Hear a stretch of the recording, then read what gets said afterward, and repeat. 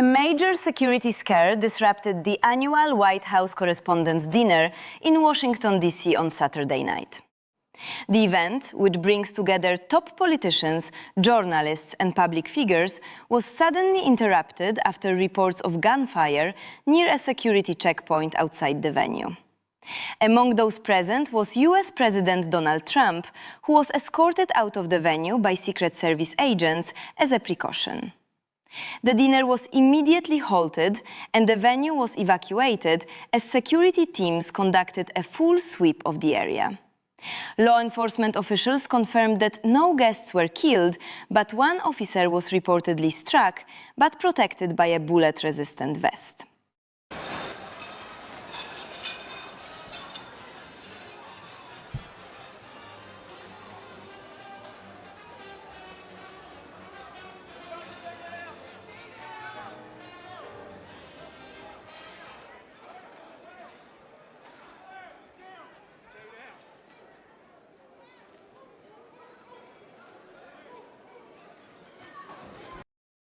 Trump later spoke to reporters at the White House following the security incident at the annual Correspondents' Dinner. He said the incident would not stop him from continuing his duties, stating that such risks come with the territory of the presidency. He emphasized that the attack would not deter him, making it clear he intends to move forward despite the security scare. Look, I don't care how many people you have, how good they are. They can be the greatest people. You have the greatest security in history. If you have a whack job who's got a brain, but it's a little bit distorted or a lot distorted, they can make trouble. I would say, Pete, right? You know, they can make trouble.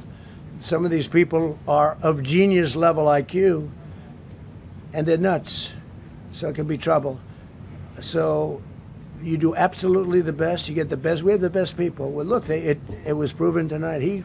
He started running from 50 yards, and he was fast. He was like a blur on tape.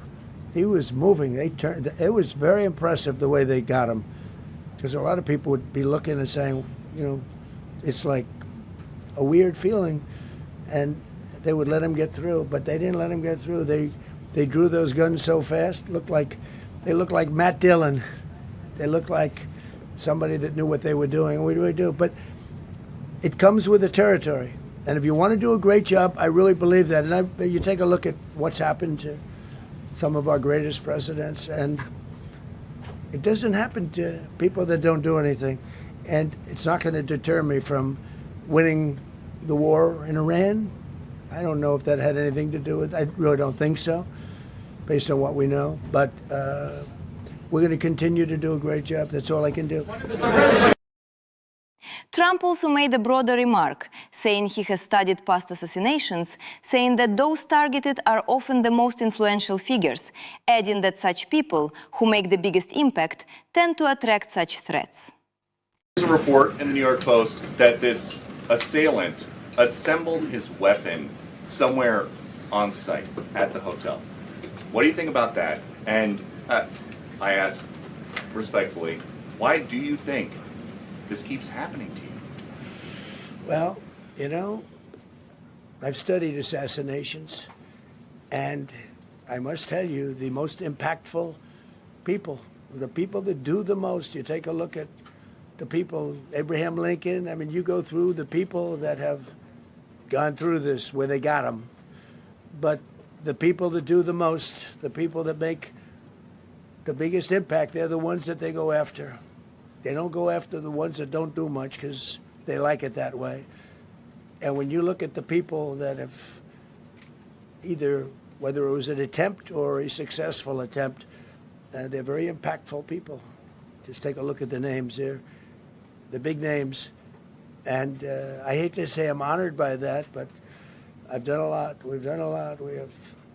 We've taken this country, and we were a laughing stock for years, and now we're the hottest country anywhere in the world. We've changed this country, and there are a lot of people that are not happy about that. So I think that's the answer, Peter. Trump went on to give further updates on the suspect following the incident. He confirmed that the individual has been captured, adding that authorities are now investigating his background.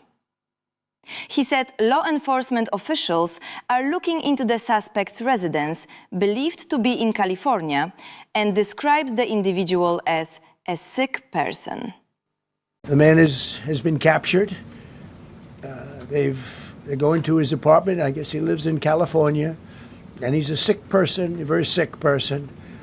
And we don't want things like this to happen. I think it's very important that I say, though, and I told the representatives of the evening, they did such a beautiful job. It was such a beautiful evening.